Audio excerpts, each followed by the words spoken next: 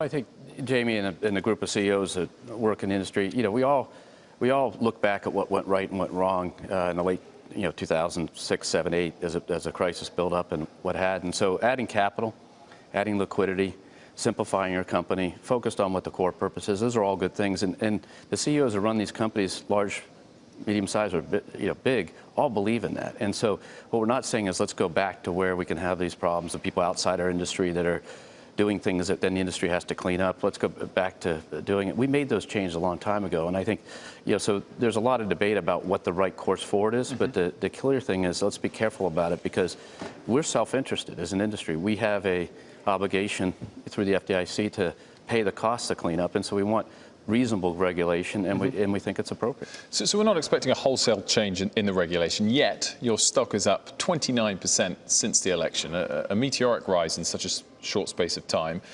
Is that justified, that move? Is Donald Trump really that good for Bank of America?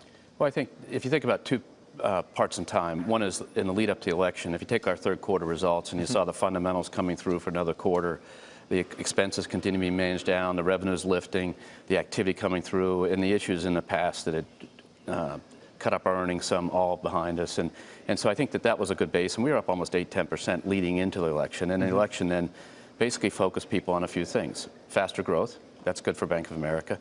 A higher interest rate structure, that's good for Bank of America.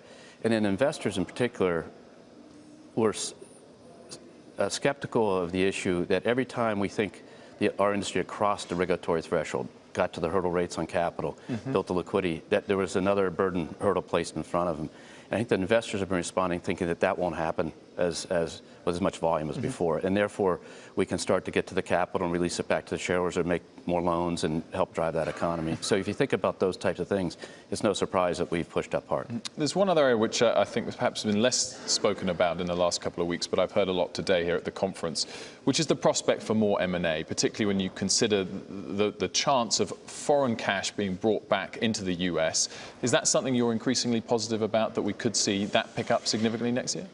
I think that you'll see. I think our people think we'll see more M&A. As Bank of America, we can't do an acquisition; it's illegal in the United States. So that makes my life easy. I don't have to worry about it. But as a provider of services to other companies, people, the animal spirit, so-called, the view of people saying, "Hey, I think I can see forward with more duration. I can understand it."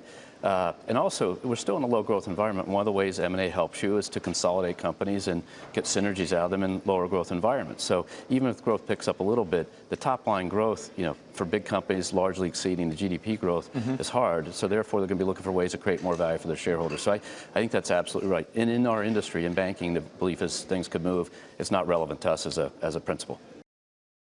Hey there, thanks for checking out CNBC on YouTube. Be sure to subscribe to stay up to date on all of the day's biggest stories. You can also click on any of the videos around me to watch the latest from CNBC.